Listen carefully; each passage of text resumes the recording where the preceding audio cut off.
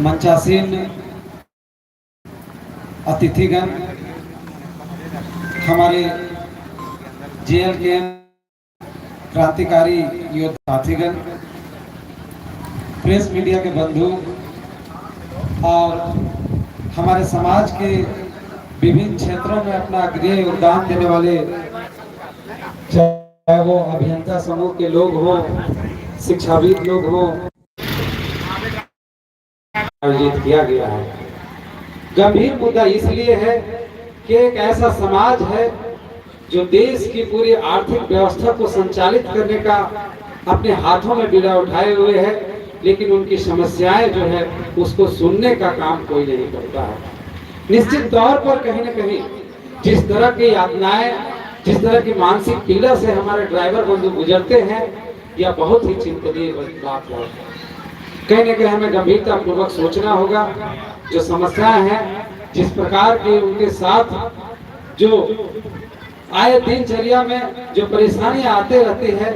कहीं न कहीं उसका समाधान होना बहुत जरूरी है।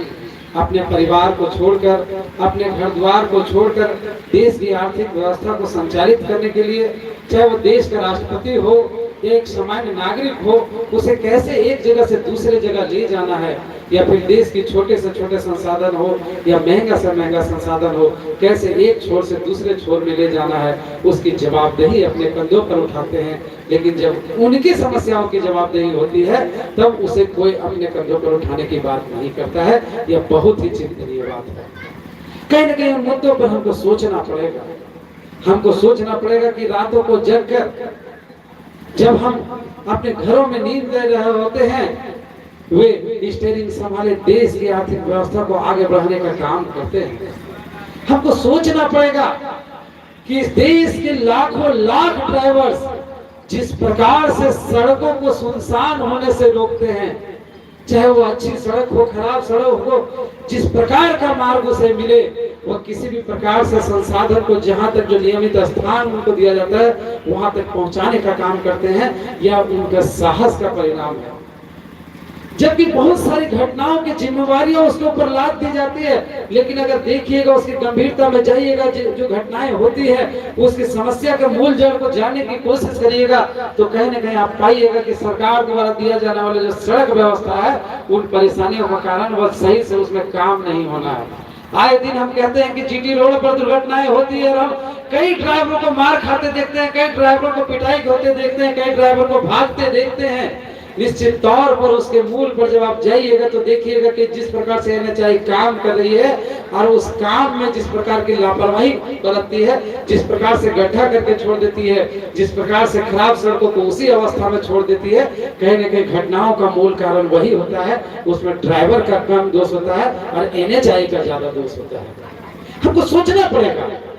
हमको सोचना पड़ेगा कि जिस प्रकार से असंगठित क्षेत्र में होने के बावजूद ड्राइवर अपने उम्र की अंतिम सीमा तक सेवा देते हैं, लेकिन जब वह ड्राइविंग करने के लायक नहीं रहते हैं, तो उनका जो बाकी का जो भविष्य होता है वह कैसे सुरक्षित होगा, हमको इसके बारे में सोचना पड़ेगा। सोचना पड़ेगा शासन व्यवस्था में बैठे सरकार को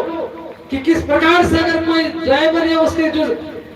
सहयोगी होते हैं, वो गाड़ी चलाते समय अगर उनकी किसी प्रकार की दुर्घटना हो जाती है, तो उसके परिवार का भरण पोषण कैसे होगा, इसके लिए कोई नियम और नियमावली आनी चाहिए। ये सरकार को सोचना पड़ेगा। हम कहना चाहते हैं आप लोगों को, जितने भी साथी इस समस्या को लेकर के आगे बढ़ने का काम कर रहे हैं,